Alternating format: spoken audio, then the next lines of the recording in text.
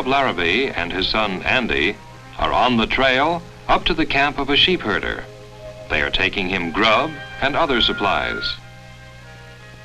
Mr. Larrabee owns a sheep ranch, but now his sheep are far from the home ranch. They are out with herders in summer pastures high up in the mountains, because that's where the grass and water are in this region. It's to the camp of one of these herders that Mr. Larrabee and Andy have been riding. Here's the camp and the sheep herder, Pierre Martin. Pierre is pleased to see the Larrabees, for the life of a sheep herder is a lonely one. But right now he has something to do. A lamb has cut its foot on a sharp stone. It needs attention. After Mr. Larrabee and Pierre dab the cut with disinfectant, the lamb can run off to find its mother.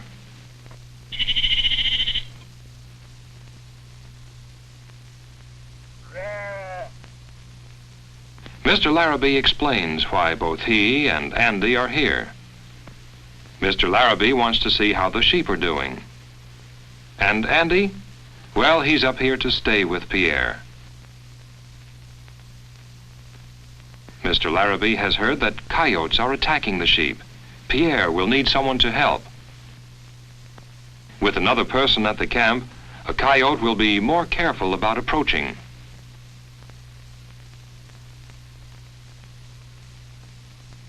Pierre will put traps in among the trees. Perhaps he can catch one.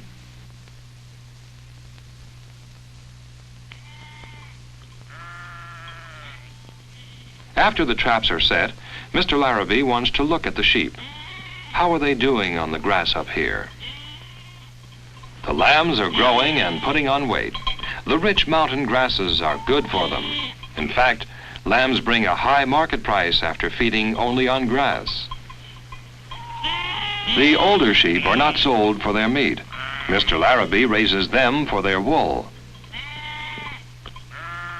Since it is only midsummer, the sheep do not have much wool. But Andy can recall last spring when the sheep were heavy with wool.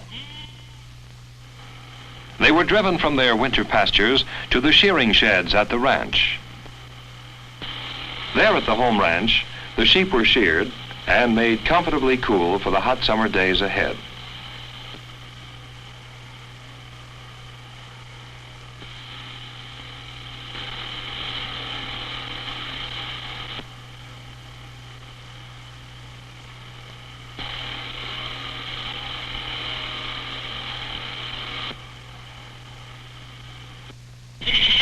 When they scampered off, the sheep looked much thinner without their thick, warm fleece. The wool would be sent off and sold to be made into fine cloth for many uses. But that was last spring. Now, in midsummer, their coats are growing, and it won't be till next spring that they can be shorn again. It's time for Mr. Larrabee to return to the home ranch. Andy and Pierre will stay up in the mountains for the rest of the summer.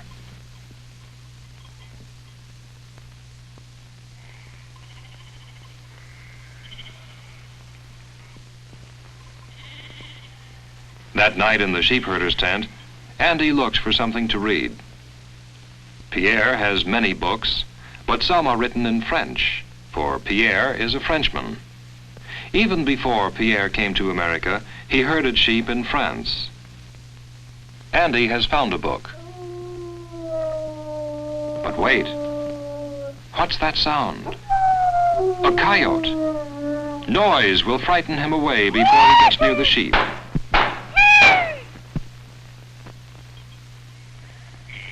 The sheep will be safe tonight. As the summer days move along, and the lambs fatten on the fragrant bunch grass that grows near the mountain tops, Andy learns much of the life of a sheep herder. He learns how dogs can be trained to work with sheep. Now Pierre signals directions to the dog.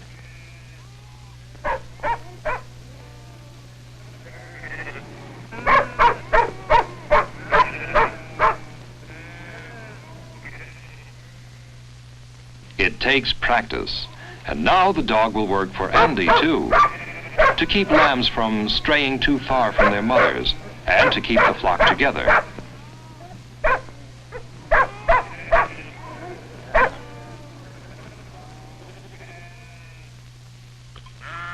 Every day, Andy and Pierre examine the grass where the sheep have been feeding. They must make certain that there's enough food for the sheep. Sheep bite the grass off close to the ground, and if they graze too much in one place, they kill the grass.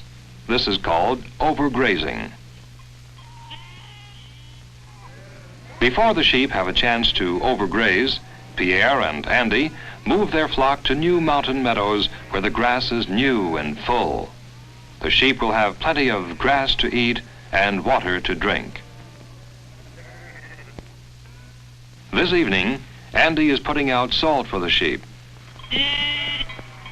What's that? Is it a dog? No, it's a coyote.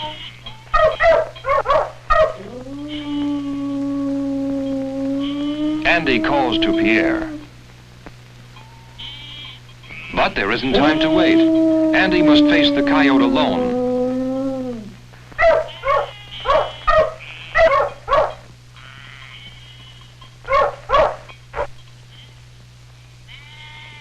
The coyote is frightened away and the sheep are safe. Andy has saved them.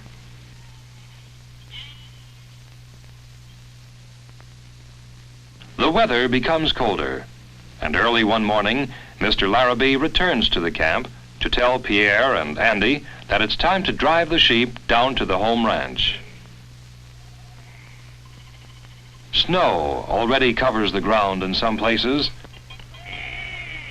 The lambs are getting heavy enough to market, and this would be a good time to sell those not kept for wool. Besides, it's almost time for Andy to go back to school. Soon Pierre and Andy have the sheep on their way down to the Larrabee's ranch.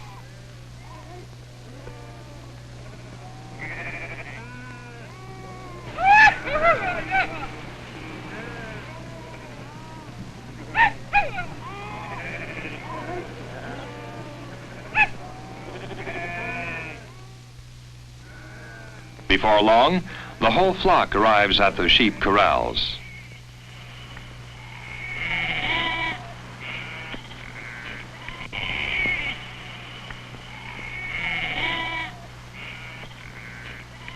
Andy leaves the sheep for a while. He hasn't seen his mother for many weeks. It's so good to be home.